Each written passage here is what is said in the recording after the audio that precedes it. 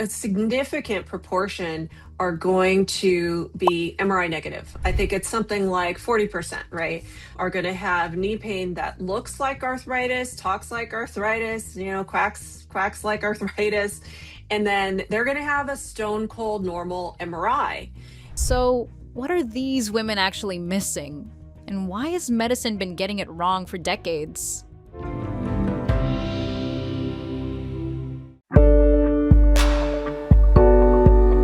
Welcome, everybody, to Conversations in Regenerative Medicine. We are an exclusive web series of pioneers in regenerative medicine. We definitely tackle topics that are controversial and uncover cutting edge insights that are shaping the future of interventional orthobiologics. So, we are exploring the frontiers of PRP, BMC, MFAT, and all the controversies around these topics. So, I would like to welcome Dr. Nancy Yen Shipley from the great state of Portland, right? Oregon, yeah.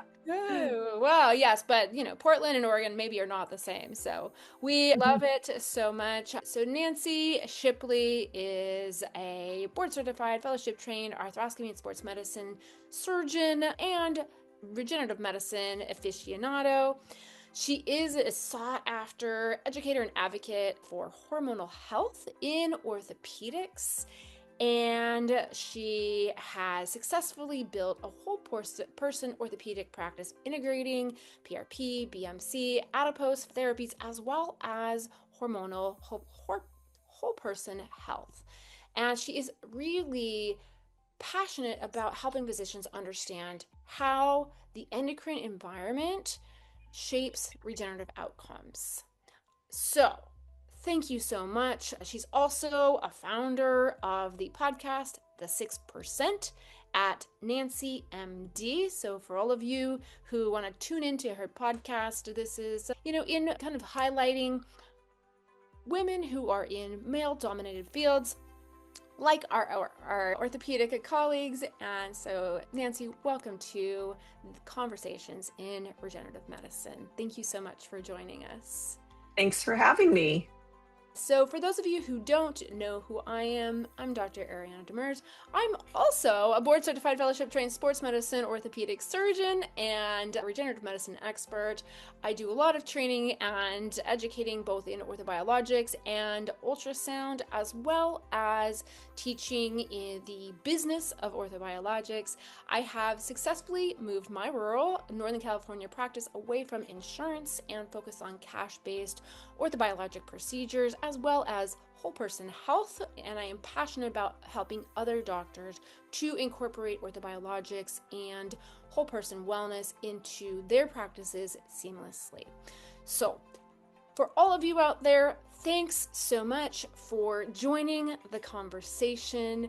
We get to hear about internationally renowned experts in the regenerative medicine field. We get to explore controversial topics in orthobiologics and regenerative medicine. And our goal is to help all of you gain actionable insights that you can actually implement in your practice immediately. And then our favorite part is to have these live Q&A sessions to get all of your burning questions answered from our experts. So the orthobiologics, I believe, will be first-line treatment for musculoskeletal care in the next 5 years. And the train is leaving the station. And if you are not actively offering these treatments for your MSK patients, you got to get on the train.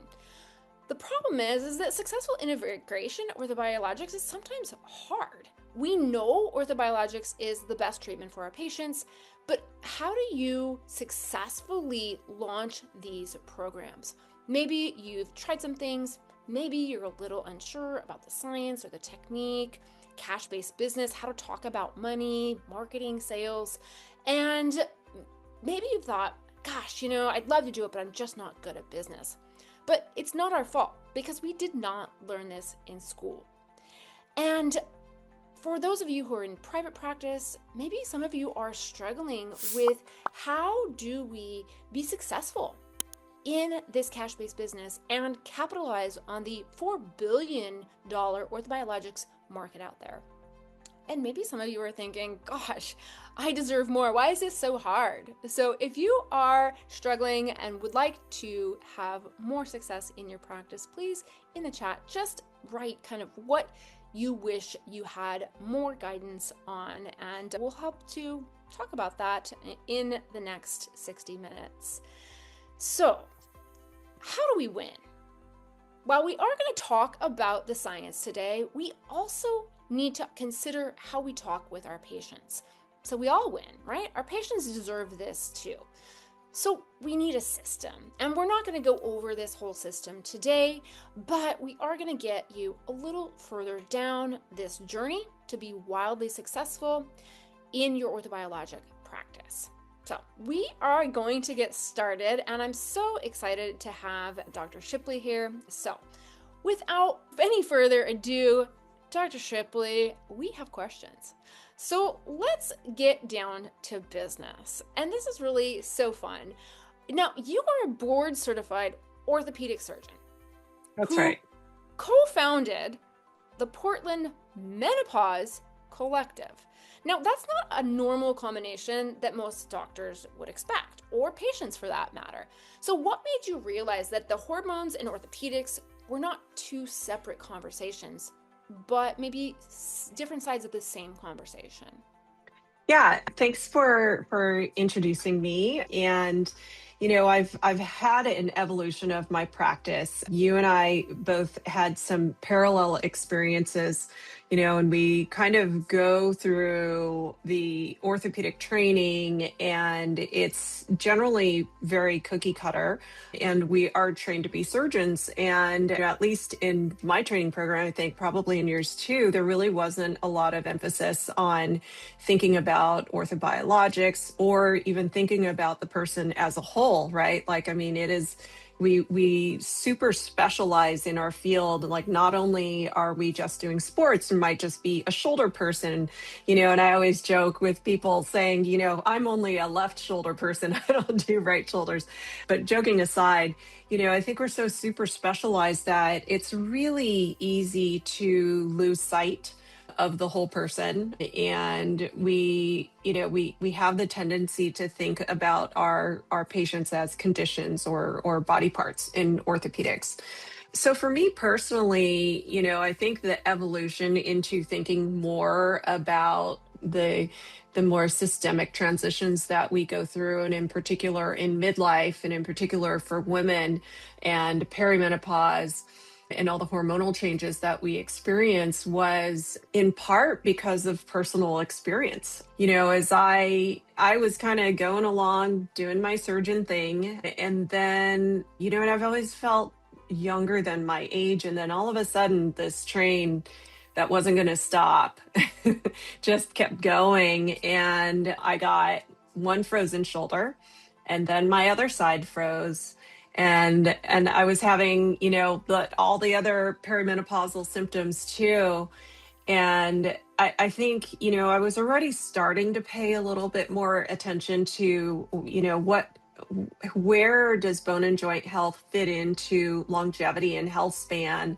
And I already had an interest in that. But then when it struck me, I was like, okay, I really need to rethink about how I'm serving my patients as a physician, because what I've been trained on and what I know is not enough. And so that kind of led me further down the journey of learning more about not just regenerative medicine, but also thinking about how I can better serve not just all of my patients, but really kind of honing in on a group of patients who I think get forgotten in orthopedics in particular. I was already, as an orthopedic surgeon, getting a lot of second opinions, third opinions, fourth opinions, and from women who weren't feeling heard, who felt like they were left behind.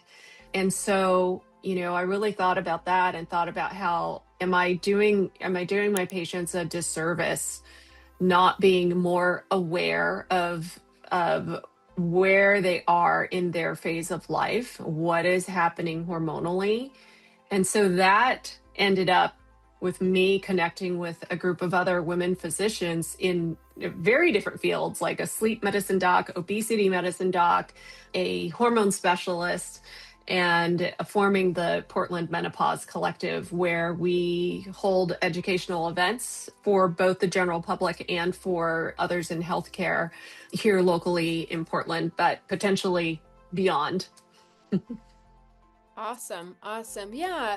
So I think that so resonates with me. And I think the one thing that you said, and I hope everyone heard this, is how are we serving our patients? And what struck me is my perspective on young and healthy and active when I was 35 versus 50 is different. And so I can just see this perspective of when you're a young, healthy, athletic orthopedic surgeon, you kind of write off this older generation who now is very near and dear to my heart. And I'm like, I am not ready to be written off, and I definitely want to be performing at the highest level.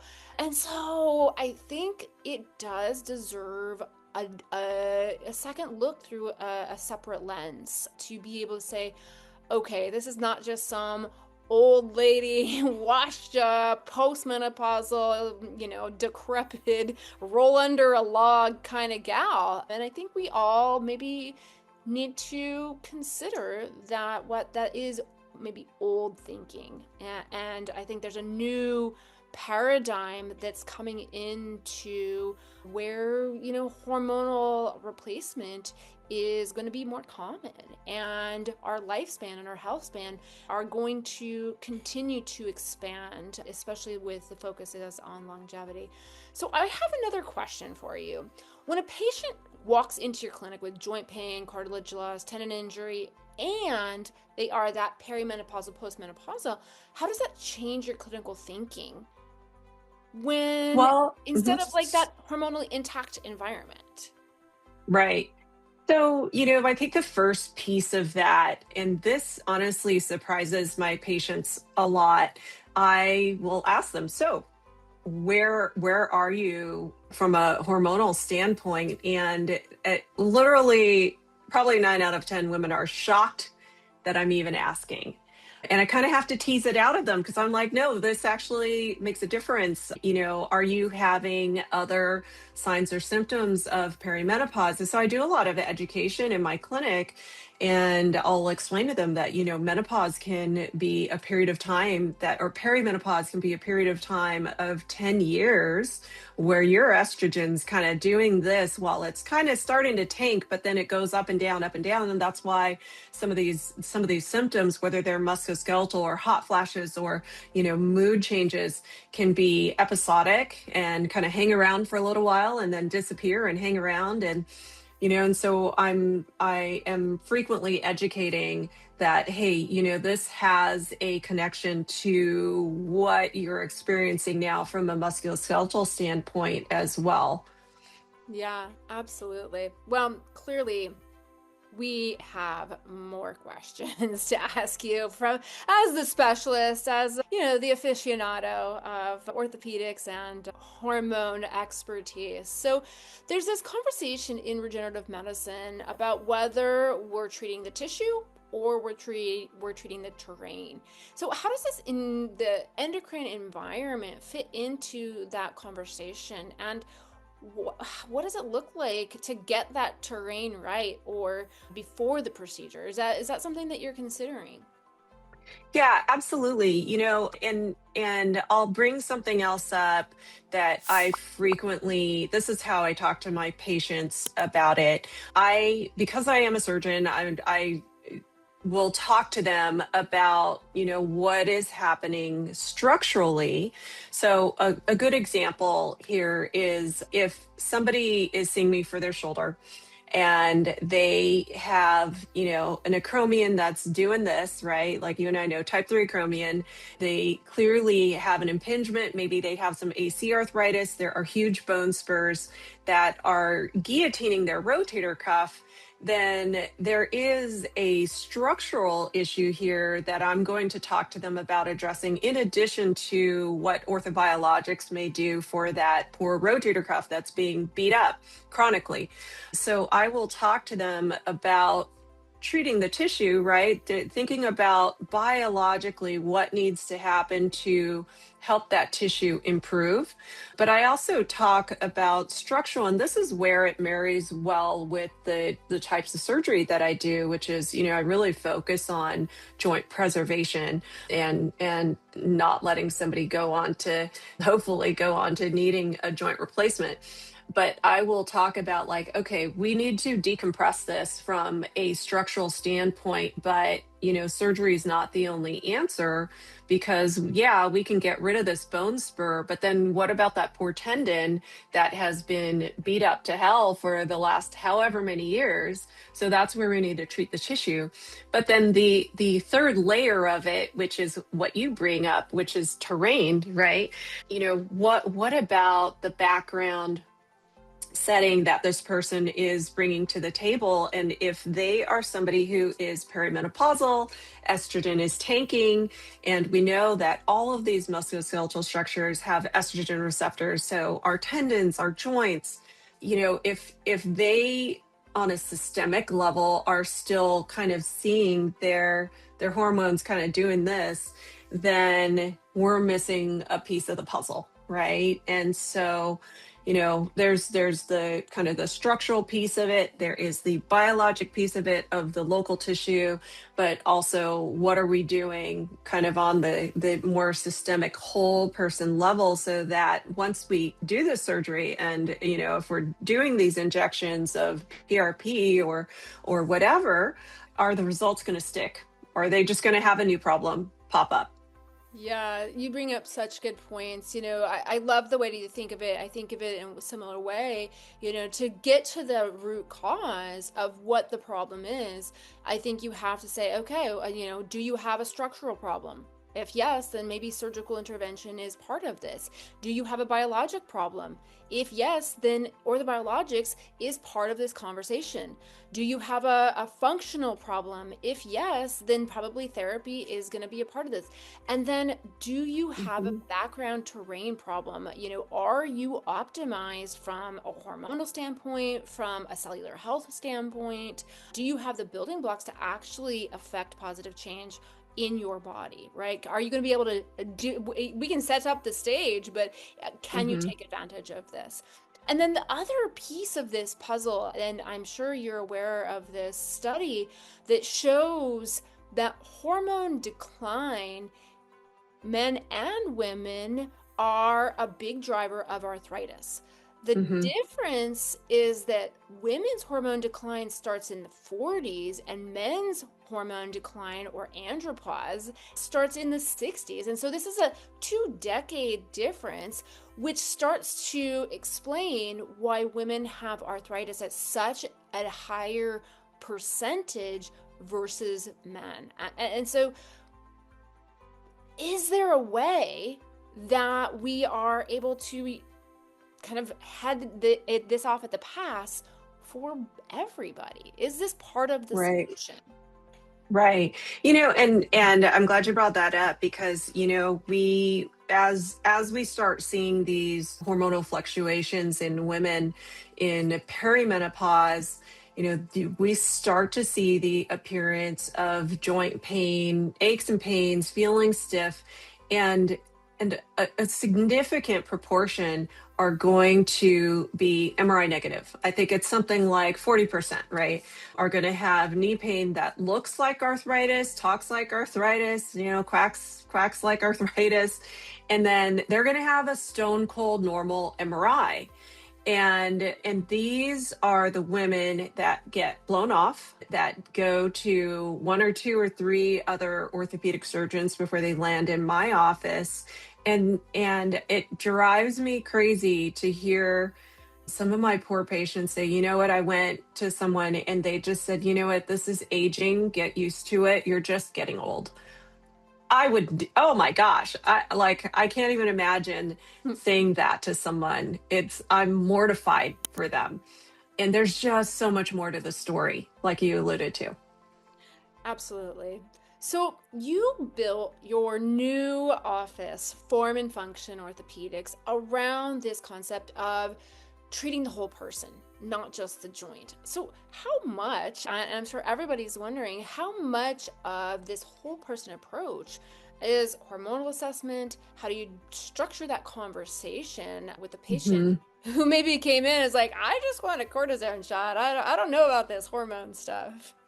Yeah, it's funny. We get patients that come in who they just want a cortisone injection, right? And I take that as an opportunity to educate. Just like you, I am very cortisone hesitant. We know that it has a detrimental effect on our tissues, on our articular cartilage. There are few rare exceptions where I'm like, okay, let's go straight there. But I there are going to be patients that are going to be undeterred, but it's my duty to educate on the risks. And if they say, you know what, I take that risk, I still do them. I'll still give a steroid injection, but not before I am giving them my whole spiel on why it's bad for you, and here are some better options. And I really try to cite the data without their eyes glazing over. I think that's part of the art of medicine, is being able to talk to a patient in terms that they understand, but also showing them what the evidence shows and also what your experience is as a physician. And I really try to get them to wrap their heads around not just thinking of cortisone as a quick fix, because we know that there are consequences down the road. And I bring in the conversation of orthobiologics. I bring in the conversation of how other adjuncts might be helpful, like laser therapy. Class 4 laser therapy is an adjunct that I'll use. And really try to make sure they know what they're getting into when they're asking for cortisone. Yeah, absolutely. Yeah, I like the cortisone hesitant. I am like cortisone averse. And really, I think most of our patients, and tell me if I'm wrong, but I think when patients understand that there are risks, and I think historically we have been remiss to talk about the actual risk of cortisone, the fact that it elevates blood sugar significantly, the fact that it has been linked with a cause of osteoporosis, that it does show weakening of the tissues and accelerating arthritis. Like, if they were actually knew what they were signing up for, and my patients are like, oh, well, gosh, I don't want that. And you're like, right, exactly. But I do think we've been quite remiss in having a balanced conversation about the Mhm. actual risks, unfortunately. So And yeah, go and ahead. sorry, I was just going to mention, like for me personally, this was an evolution. I did not come out of training with kind of this philosophy.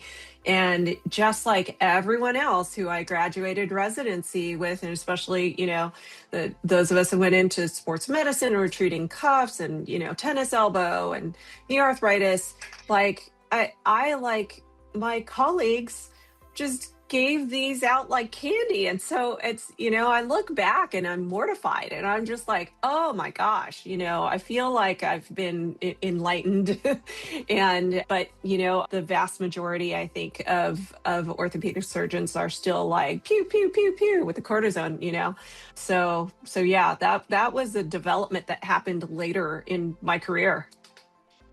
Yeah, absolutely. Me too, honestly. This is an evolution. I've been doing it, we both, I think, have been doing this for the last 20 years. And so if we're not evolving, I think that's another concern, right? There's so much new science out there So I think evolving and reinventing yourself and reinventing how you show up in the world and how you show up for your patients, I think is really important. And, just to go with the dogma that we learn from our training programs and just perpetuate that forward, I think deserves some scrutiny for sure. So clearly we have more questions for you. So I think you are only 6%, one of 6% of the orthopedic surgeons, as am I, right, that are women. So that's a pretty low number. I think, maybe hopefully it'll start raising, but it's been stuck at that percentage for a very long time. Now, do you think that hormonal blind spot in orthopedics exists in part because it's been historically practiced by physicians who never think about their hormonal transition until much, much later? And what does that mean for all of our patients? I think it is a yes and no answer, right? I definitely think that because the field is not quite balanced in terms of diversity, that women's issues tend to be put a little bit on the back burner. And there for sure there is a blind spot. Fortunately, more recently there have been papers on the musculoskeletal syndrome of menopause, and it's beginning to be a little bit more on the radar of orthopedic surgeons of all genders. But it's interesting because you look at OB-GYNs, right? And there are a lot of women OB-GYNs. I don't know the exact percentage, but it's definitely not flipped. It's the opposite, close to the opposite of what our field in orthopedics is in terms of gender distribution.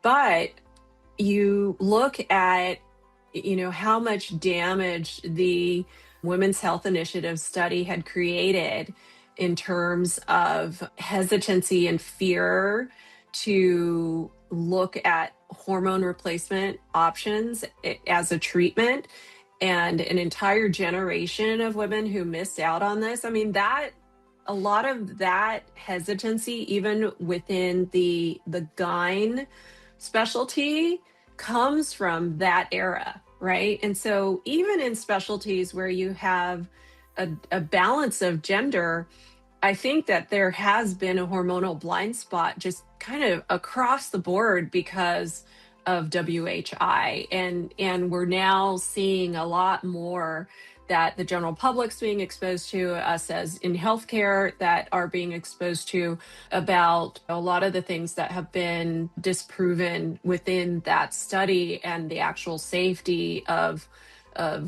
thoughtful and individualized hormone replacement, such that it's become so popular now that everyone's in a panic because the estradiol patches are like running low and there's a shortage. Yeah, I totally hear you. And I think you're exactly right. My husband's an OBGYN, and so we have kind of gone down this learning path together, and it's new and it's not taught in school. And so, seeking out this knowledge when reality kind of hits head on with what you learned in school, and you're like, gosh, this is not in the textbooks. Right. I think this is a hot topic. Everybody's talking about it. There's hormone replacement clinics popping up all over, and with the internet, like, man, you can get anything under the sun apparently off the internet. Just depends on safety. But I think that's a really good point, that it's not just a blind spot in our specialty. I think it's a blind spot in medicine, truly. And, the tide is turning, but it's going to take a whole lot of education. And it does break my heart that an entire generation of women have been condemned to worse health from that single study. And so hopefully we can kind of right that ship and improve, our lifespan, our health span, in part with thoughtful hormone replacement, both men and women. So if you can go back and tell yourself one thing at the beginning of your orthopedic career about hormones and musculoskeletal health that you now know, what would it be? And the second part we talked about, but What is that one thing that you were like, oh my gosh, this makes so much sense? Yeah. I I feel like I'm still learning so much every day, right? I'm on this journey of better educating myself as well. But, I think if I looked back to when I first started treating patients coming out into practice, I think I really wish I had a much more of an awareness that tissue age or tissue conditions and chronologic age are not always the same. They're not on the same path, and that the environment of their hormone status, their endocrine environment is such an important variable. I really just wish that I had taken this path to thinking about the whole human way earlier than it took me on my own, right? And it really wasn't until I started to experience things myself that I was like, oh my gosh, I have been missing something this whole time, and really just, in some ways doing a disservice to my patients. And I can't believe I practiced for so long that way. So, I think some specializing is good, right? Like there's the data of, what is it, like 10,000 hours of doing something to become an expert. Specialization is good. We know that, like, especially in surgery, you have better outcomes if you do a lot of something, right? It makes sense. And so I'm not knocking the idea of specialization, but I think we got to really just hang on to a little bit of a holistic approach and maintaining that awareness. Like I'm not the one prescribing hormone replacement therapy, right? But it's the awareness of how that plays into their overall health and their musculoskeletal health that I think needs to be in place.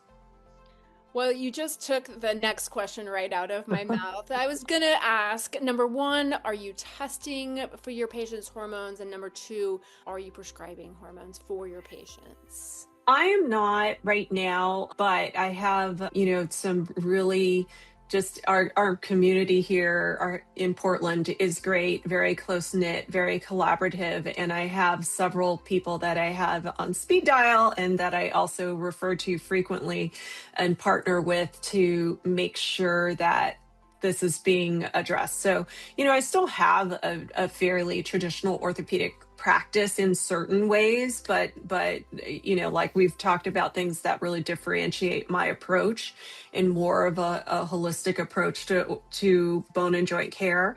But I do refer out to some partners in the community where I identify somebody as like, you're not getting the appropriate attention to your current hormonal status. And if they have already been seeing their PCP, they've already been seeing their gyne, they're hitting a wall, and I know that they need more, then that's where I'll refer them to someone who really specializes in hormonal health. Awesome. Awesome. So much good is coming of this. So, some of you I think are saying, okay, well, what's the next step? How, should I do hormones? Should I not do hormones?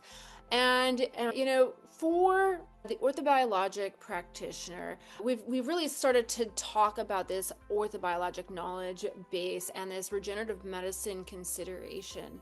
And now I think we need to also have this knowledge under our belt, but figure out how to use this knowledge for the right patients, how to either attract the right patients or care deeply for those patients who really do need a more thoughtful approach, a whole person approach. So this is our orthobiologic practice lunch system with orthobiologic knowledge, how to attract the right patients, how to create a sustainable cash-based business, how to talk to your patients in a way that it just makes sense for them to go forward with orthobiologics, with hormone considerations, improving the terrain, and then clearly putting it all together for success. So I did want to go ahead and put a little shout out. This is Dr. Nancy Yen Shipley, And I wanted to direct you. These are how you can get a hold of her. This is the Form and Function Orthopedics. F2ortho.com is her practice, her new beautiful practice. It's amazing. Or her brand is Nancy MD. I said that, man, that's lucky. That wasn't taken. All right, that's great. And my favorite new thing that she is doing and talking about, we've been talking a lot about lifespan, we've been talking a lot about health span, but she's got something new for you guys. So this is a joint span. So Nancy, can you talk a little bit about this? This is a little quiz on your website, the F2 Ortho website. Yeah, so I really feel that when we think about our joint health, that it is a major foundation of longevity and health span. And so that's where I came up with the name joint span, because if your joints, if your musculoskeletal system is optimized, then that is going to ultimately positively benefit just about every other system we have, right? Like your joints are working well, you can achieve good cardiovascular health, you can achieve good brain health. So there is that link to our musculoskeletal system to just about everything else. And so I created this concept of joint span and separated it into a number of levels, almost like, steps on a stair, where you can take this quiz. I purposefully made it really simple. It's not like, taking the SATs or the MCAT all over again. It's a very short quiz, and it gives the quiz taker an idea of what level they fall at, taking into consideration what they're capable of, what their recovery is like. And then based upon that, I have recommendations for what might help you get to the next level. And some of it is, when, us in healthcare are going to say, well, duh, these are the basics. Like you can't get away from the basics to optimize your musculoskeletal health. But I also mix in sort of where orthobiologics might fit in to help you get from, level 2 to level 3 to level 4, right? And be maximally optimized, which then will translate from not just joint span and longevity of your joints, but overall longevity and health span. Awesome. Well, congratulations. That's quite an achievement. So for everybody that's interested, head over to her website, f2ortho.com, take the quiz, check it out, and really start to consider how it is that we can think about joint span and health span and lifespan in a different consideration in this whole person health application. So congratulations. I did want to, for those of you who are interested in really kind of that next step and saying, okay, well, how do I do this? How do I put all the pieces together? I don't know what to do. I don't know how to start my orthobiologics practice. I wanted to invite you to an event that we're putting on. It's put on by TrueMD, which I am one of the founders of. And this is a 3-day immersive event to engineer a predictable cash pay practice. This is in Scottsdale, Arizona, June 5th through the 7th. And this is an intensive. You're going to be working side by side with the experts to construct your 90-day plan for a full launch of a successful, comprehensive micro practice for orthobiologics that is built alongside your existing practice. Additionally, this includes 2-night stay at the Phoenician on us, as well as the online MSK ultrasound shoulder primer. Also on us, put together by AMSKU, the great Colin Rigby and Ryan Martin. For those of you who are not familiar, AMSKU is one of the premier ultrasound guided platforms to learn ultrasound at a very high level. We'll also be implementing the the AI practice tools implementation. So how do you harness AI to be able to launch these streamlined micro practices, and then clearly these 90-day cash pay revenue infrastructure framework that we're going to create days 0 through 90 in a private, personalized implementation environment. So I am going to offer that to you. Please, please, please consider. I'd love to see you all there. This is a personalized, limited to 40 physicians. So once we hit the 40 physician cap, we cannot accept any money else. So please get there or be square. This is the little QR code. We did miss that April 1st deadline, but scan the QR code. Please come see us. And then we're going to go to our question and answers. So thank you so much. We'll go ahead and get to these questions.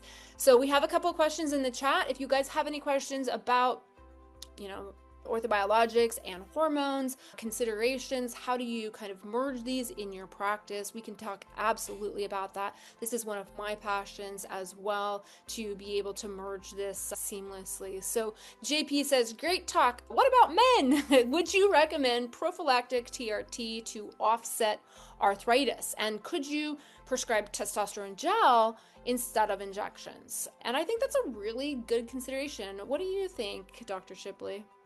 Well, I don't prescribe testosterone myself. And so I'm not doing the one prescribing hormones. And I'm not an endocrinologist. And so, we do know that testosterone is anabolic, right? And we do know that this is going to have anabolic effects on musculoskeletal tissue, potentially improving your lean muscle mass and improving your bone density.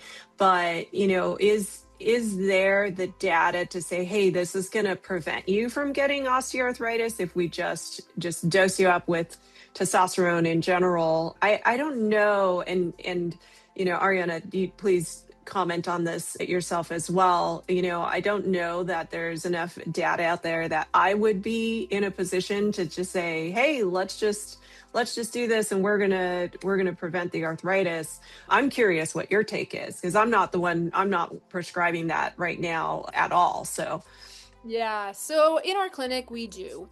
We have a much more comprehensive, I am an orthopedic surgeon by training, but I've done quite a bit of a deep dive on hormone and BHRT and TRT replacement, as well as significant longevity training. And in the longevity circles, there is a concept of andropause, similar to menopause. And we know that testosterone is anabolic and allows us to maintain our skeletal muscle mass. And we know that is one of the prime pieces of the puzzle to maintain and prolong that health span. The more you can maintain your lean muscle mass, the better chance you have of not only being able to be active. We know when you are active, our joint health actually is improved. The more weight-bearing exercise we can do, the better the joint health is. The more responsive the cartilage is, the more responsive the subchondral bone is, and the more that you are exercising and releasing those myokines and those exerkines, we have significantly decreased systemic inflammation. And so can we prove that adding TRT is a prophylactic treatment to avoid arthritis? I don't think that we can connect those dots. Do I think that consideration of hormonal status and longevity is a reasonable consideration to try to do your best to preserve the biology that you own and, replace back to the level, not go, overshoot at age 40 when you're not deficient. It's just replacing that deficiency rather than, kind of looking at these weightlifters and those kinds of things. That's way off to the side. So that, and then from a testosterone gel versus injections, so the topicals are less predictable for treatment, but definitely somewhere to start. Sub-Q injections twice weekly are the most predictable way to maintain a testosterone levels. We have another question for you. So she says, good evening. Thank you so much for this presentation. I'm a physician in women's health looking to start some regenerative medicine within my practice as a cash pay service line. We currently are insurance-based. Can you talk a little bit about how you offer these things to your patients without sounding like a saleswoman? Yes. So, and I know you have a lot to say about this too, because I've spoken to you about it and have certainly learned a lot about it from you as well.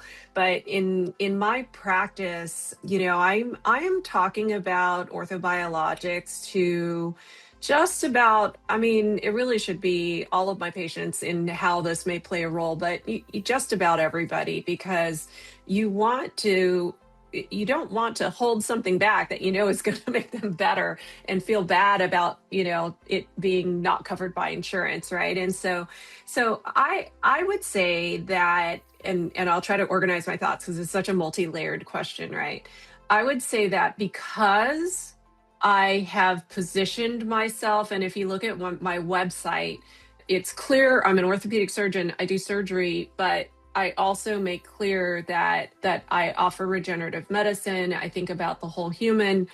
And if you position yourself on your outward facing materials, whether it's web or, social media or wherever, your marketing, as this being a cornerstone of what you offer, then that creates the funnel where the people who seek you out are gonna expect you to bring this up, right? And so I think that piece of it is really important. Now, of course, I'll have people just looking for any orthopedist, and maybe they're not looking at it deeply, but our patients are such savvy consumers now that most of the time they have researched you before they've even called your office. And so what I found, and it's not like this is some kind of magic, but what I found is if you talk about it, then they're gonna want it. And you're not selling it, you're presenting interventions that will help them get better and help them feel better.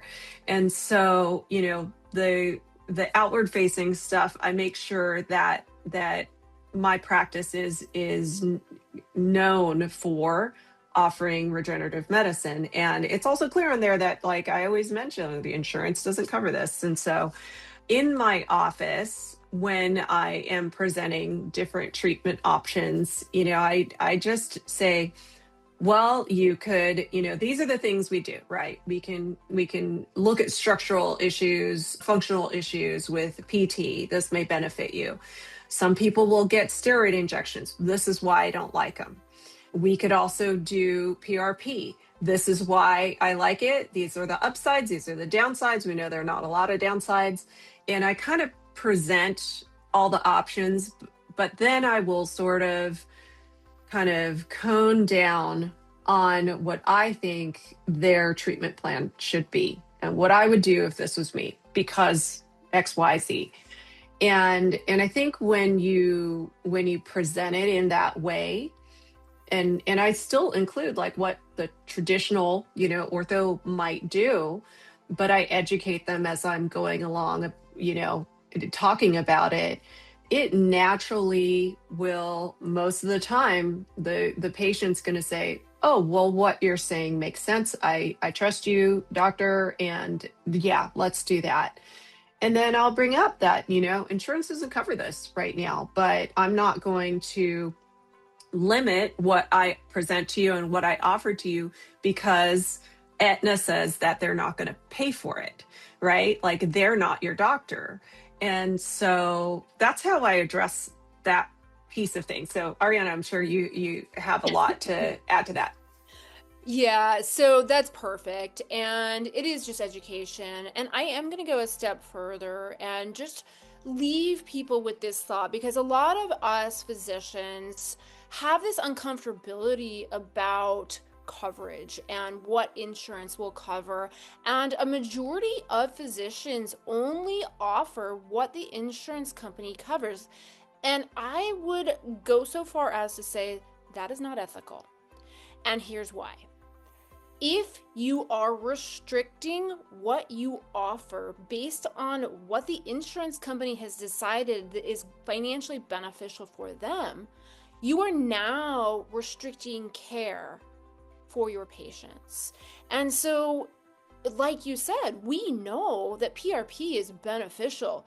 And if you don't talk about this and you don't talk about this natural, super beneficial injection that outperforms cortisone, it outperforms hyaluronic acid, and now you're not allowing them to even make that decision themselves because they didn't even know about it, you neglected to educate them on all of the options. Now you're doing the work of the insurance company and Yeah, restricting their care for free. You're working for free for the insurance company. that is an excellent way to put it. Hmm. Which feels I kind of gross, agree. right? Yeah, yeah. So, yeah. And then the other piece is it's not sales. This is just education and guidance. This is helping them understand all of their options and what you think, knowing all of the pieces of the puzzle, would best serve them to get the outcomes they're looking for. That's all. And, and I went through this evolution as well because we as physicians are really not comfortable talking about money. And we just kind of have to get over it, right? Because what I've found, and I don't remember who in our kind of circle of Regen people we knew said this, maybe it was you, where if somebody says, well, how much is it going to cost? Insurance doesn't cover it. How much is it going to cost? And I'm just going to throw a random number out there. Let's say like 5,997, because I like odd numbers. And you just say, well, it's $5,997. Silence, stop, and you just, That is my favorite. that's what it is. That is the price. That is the price. And you don't have to justify the price. And you don't have to like backtalk and be like, well, I'm so anxious about this, right? Please don't allow your anxiousness about talking about money bleed into how they receive this information. Because if you're anxious about the money piece, they think that there's something wrong with the treatment. Mm-hmm. And those two are not connected. So yeah, just breathe and just give them the price and say, would you like to book? Mm-hmm. Please don't justify the pricing, right? So you absolutely, that is from me. So I just wanted to put this on the screen. This is my quiz to see where you fall into whether or not you want to incorporate orthobiologics into your practice. Are you ready? Do you have, clinic, capital, workflow readiness? Do you have the legal freedom? There's a lot of physicians who are currently employed and have non-compete clauses. And this has been a massive issue that we really have run into as physician practices got bought out by hospitals, and now that we are employed. What we didn't do is look at the non-compete clauses before just signing our life away. And this has really started to restrict physicians from escaping out from underneath these big health conglomerates. So everybody go home tonight. Please evaluate your restrictive covenants and see how hard or easy it may be to start a separate cash-based micropractice for your orthobiologic practice. So we have about 4 more minutes before we are at the top of the hour. If there's any other questions about Dr. Shipley, about her awesome joint span program, or her 6% podcast, please don't hesitate to ask. And if you want to know how and get all of the details done and executed for your 90-day plan, please come to Scottsdale, join us for our Cash Pay Launchpad live practice. If you missed that QR code, it's right here. And I would love to see you all there. It's going to be myself. It's going to be Dr. Colin Rigney with AMSKU teaching ultrasound live to you. It's amazing. He's a master. He makes it look so smooth, so easy, and he can get you up to speed very quickly. And then finally, that entire marketing piece with Atiba D'Souza. So please, this is good stuff. This is why we created TrueMD, so we could help everybody engineer a cash-based practice that they deserve and that their patients deserve to have more of you. All right. Nancy, anything else you want to mention about your practice or how to reach you? Yeah, you can reach out to me through my website. I'm also on Instagram and social media, and I try to make that part fun. I think from a business standpoint, I think that's a really great way to kind of reinforce the know, like, and trust, which will help when your patients come in and you're talking to them about orthobiologics. And so I'm on Instagram as _NancyMD, and YouTube is also NancyMD. I'm on, I think, most of the platforms, but mostly on Instagram and YouTube. So Awesome. Well, thanks so much for being here. Thanks so much for spending your day. I know you were wondering if you were going to get out of surgery, and it was pretty tight, but I'm glad you're here. Thanks so much for taking time out of your busy day. And everybody thanks else, for having me. thank you so much for joining us. I really appreciate all of the time that you spend with us. Hopefully this has been helpful. Hopefully this has piqued your interest, and please join us in 2 weeks for conversations in regenerative medicine. We have a really fun time, so please look out on social media for our next guest. I'm going to keep it a secret, so keep your eyes peeled. This is quite controversial, and I'll give you a little hint that our guest is from down under. So I will see you in 2 weeks, and everybody else, take care, be good to yourself, and you deserve a cash-based practice so that you can practice whole person medicine and do a great job for your patients and have a sustainable practice. All right, everybody, take care, and we'll see you next time.